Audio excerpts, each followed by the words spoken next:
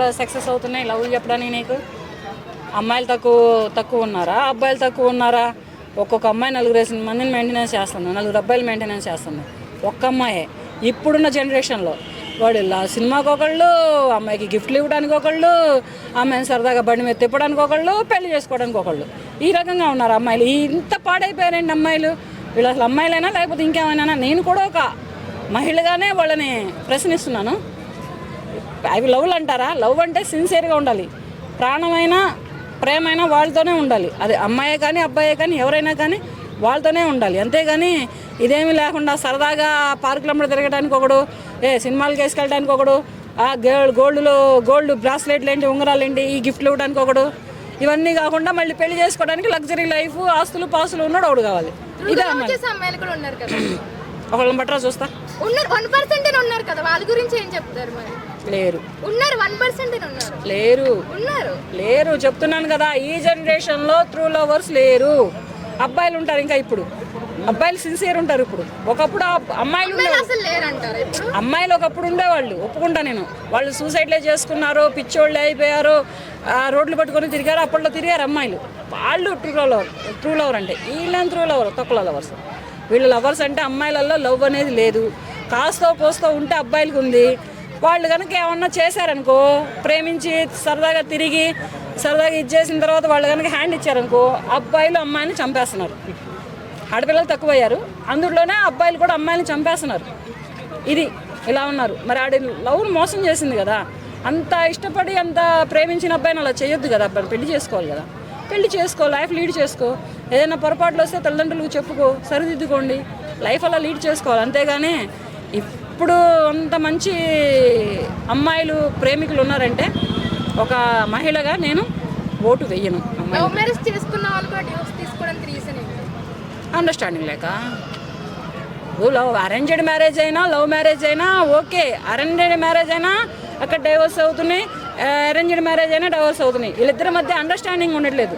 ఇలా తల్లిదండ్రులు కూడా అత్యాశలకు వెళ్తున్నారు. ఇప్పుడు అరేంజ్డ్ మ్యారేజ్ అనుకో, తల్లిదండ్రులు అత్యాశలకు వెళ్తున్నారు. లగ్జరీ లైఫ్ కావాలంట, ఆస్తులు కావాలంట, ప్రాపర్టీస్ కావాలంట. హైదరాబాద్లో జాబ్ చేస్తున్నాడంటే హైదరాబాద్లో అపార్ట్మెంట్లో ఫ్లాట్ కావాలంట, విల్లాస్ కావాలంట, లక్షల్లో శాలరీలు కావాలంట. తర్వాత ఏంటది లగ్జరీ లైఫ్ కావాలంట. బోరు కొడితే బండి కావాలంట, బోరు కొడిపోతే కారు కావాలంట అమ్మాయికి. ఇదేంది ఇట్టాగా అమ్మాయిలు? ఇది అమ్మాయిలను పెట్టి వీళ్ళు అమ్మా నాన్నలు వ్యాపారాలు చేస్తున్నారా లేకపోతే పెళ్లిళ్ళు చేస్తున్నారా? లవ్ మ్యారేజ్ అరేంజ్ మ్యారేజ్ చెప్తున్నారు కదా. మ్యారేజ్ అయ్యిందో లేదో, లవ్ మ్యారేజ్ అయితే అరేంజ్ మ్యారేజ్ అయితే ఏదైతే నీకు ఎందుకు? ఇప్పుడున్న జనరేషన్ ఎప్పుడో అయిపోయిన లైఫ్ ఎందుకురా బాబు, ఇప్పుడు జరుగుతున్నది అడుగు.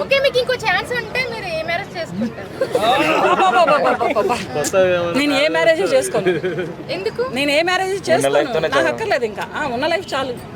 ఓకే, ఫైనల్ గా యూత్ కి అడ్వైస్ ఇస్తారు. ఏం అడ్వైస్ కావాలి, ఏం మెసేజ్ కావాలి నీకు యూత్? లవ్ మ్యారేజ్ చేసుకోమంటారా, అరేంజ్ మ్యారేజ్ చేసుకోమంటారా? అసలు మ్యారేజ్ చేసుకోకుండా వాళ్ళ లైఫ్ వాళ్ళు లీడ్ చేసుకుంటే బాగుంటది. అంటే మేము వచ్చి 22 సంవత్సరాలు ఏమొద్దా? యాడికి వచ్చి 22 సంవత్సరాలు? ఇప్పుడు 23, 24 సంవత్సరాలు అవుతుంది మాకు మ్యారేజ్ వద్దా అంటున్నారు. ఎందుకు? నీకు సరైన అమ్మాయిని బట్టరా నేను చేస్తా. అది లేకనేగా మరి అది అమ్మాయిలు లేకుంటే. మరి అమ్మాయిలే లేరు అక్కడ, అమ్మాయిలు లేరనే చెబుతున్నా.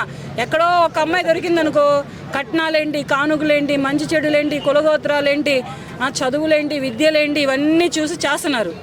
చేస్తే అది సరిగ్గా ఉండట్లేదు. మొన్న బాచిపల్లిలో ఒక అమ్మాయిని చంపేసాడు. లగ్జరీ లైఫ్ అని చెప్పేసి చాలా బంగారం పెట్టారు, చాలా కట్నాలు ఇచ్చారు, లక్షల్లో కట్నాలు ఇచ్చారు. ఈ అమ్మాయి సాఫ్ట్వేర్ చేస్తుంది జాబ్, ఆ అబ్బాయి సాఫ్ట్వేర్ చేస్తున్నారు. వాడికి 35 ఏళ్ళు పెళ్ళి, ఈ అమ్మాయికి 30 ఏళ్ళు.